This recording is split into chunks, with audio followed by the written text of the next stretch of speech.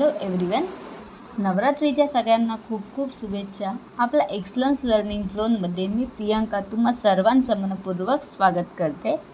Late us start tense. तर आज आपण टेन्स बघणार आहोत. टेन्स म्हणजेच काळ. काळालाच आपण इंग्लिशमध्ये टाईम बोलतो.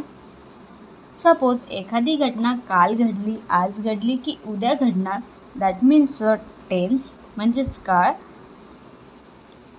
3 मेन टाइप्स ऑफ टेन्स. काळाचे 3 मुख्य प्रकार. फर्स्ट मीन्स प्रेझेंट टेन्स, त्यालाच वर्तमान काळ बोलतात. Second one past tense means भूतकाळ. And third one is future tense, that means भविष्यकाळ. तर ह्या व्हिडिओमध्ये आपण जस्ट प्रेझेंट टेन्स बघणार आहोत. प्रेझेंट टेन्सचे पण 4 उपप्रकार पडतात. या व्हिडिओमध्ये जस्ट प्रेझेंट टेन्स आपण कंप्लीट करणार आहोत.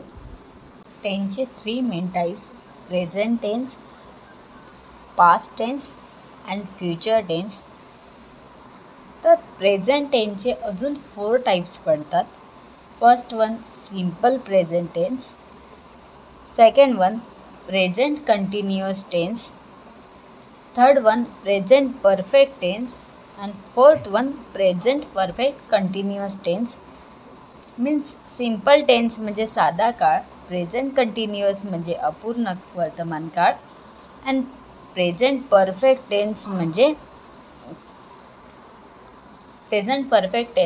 पूर्ण वर्तमान काळ, आणि प्रेझेंट परफेक्ट कंटिन्युअस टेन्स म्हणजे पूर्ण अपूर्ण वर्तमान काळ. तर ह्या व्हिडिओमध्ये आपण जस्ट प्रेझेंट टेन्सचे मेन 4 टाइप्स कंप्लीट करणार आहोत. टेन्सचे काही रूल्स आहेत. फर्स्ट आहे grammatical person and sentence structure. त्यातले रूल्स बघूया. S plus O plus V. S means subject, S म्हणजे subject. O means object and V means verb. आपण मराठीत S plus O plus V use करतो, म्हणजे subject, मग object use करतो, then verb use करतो. हेच इंग्लिशमध्ये बोलताना subject plus verb plus object असं आपण यूज करतो. पण क्वेश्चन बघूया, इझिली क्लिअर होणार. क्रिकेट खेळतो.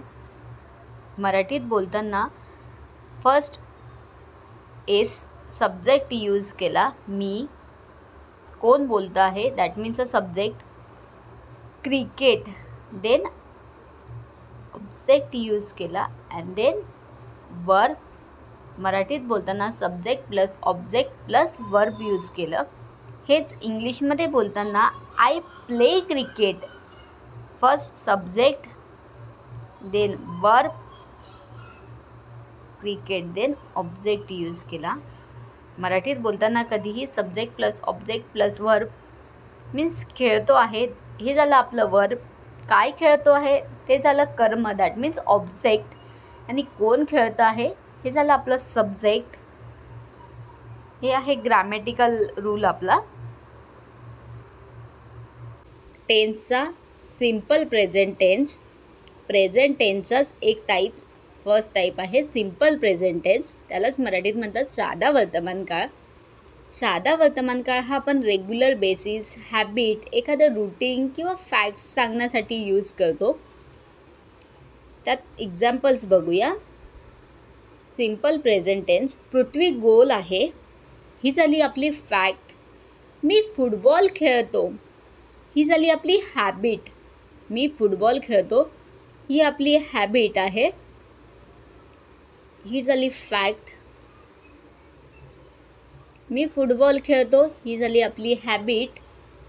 मी रोज व्यायाम करतो ही आपली झाली रूटीन.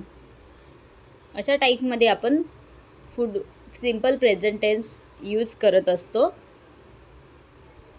तर सिंपल प्रेझेंट टेन्सचे काही आपण सेंटेन्स बघूया. राम वेगाने चालतो. सेम प्रिया पुस्तके वाचते, खाते, बसतो. हे सिंपल काळात बोलले जाणार आहे. तर तो, ते, ती यावरून आपण सिंपल प्रेझेंट टेन्स ओळखतो. तर फर्स्ट क्वेश्चन आहे राम वेगाने चालतो.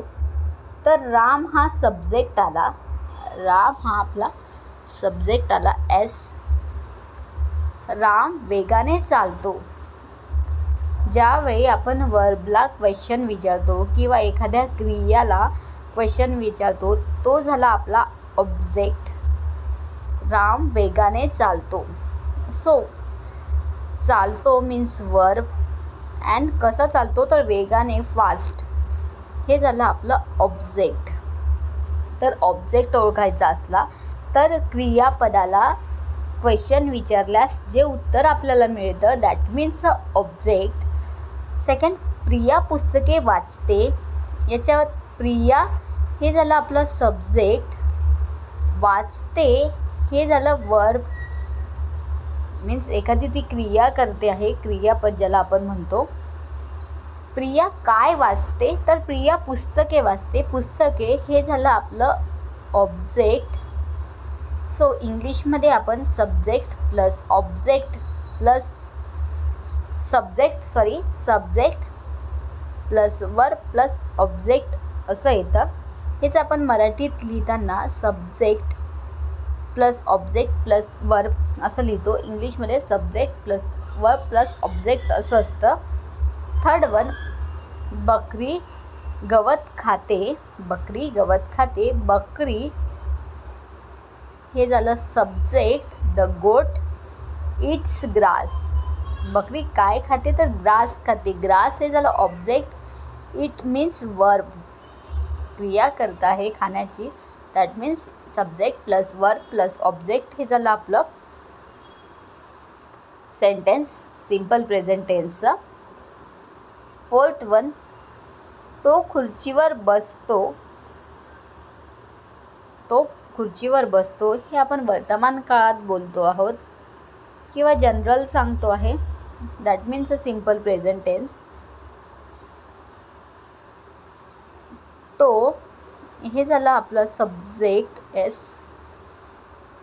तो खुर्चीवर बसतो. बसतो सीट. सीट हे झालं वर्ब. बट कशावर? खुर्चीवर. सो चेअर हे झालं ऑब्जेक्ट. चेअर हे झालं object. He seats on the chair. हे आपले सिम्पल प्रेझेंट टेन्सचे सेंटेन्सेस आहेत. ह्या व्हिडिओमध्ये आपण जस्ट सिम्पल प्रेझेंट टेन्स बघणार आहोत.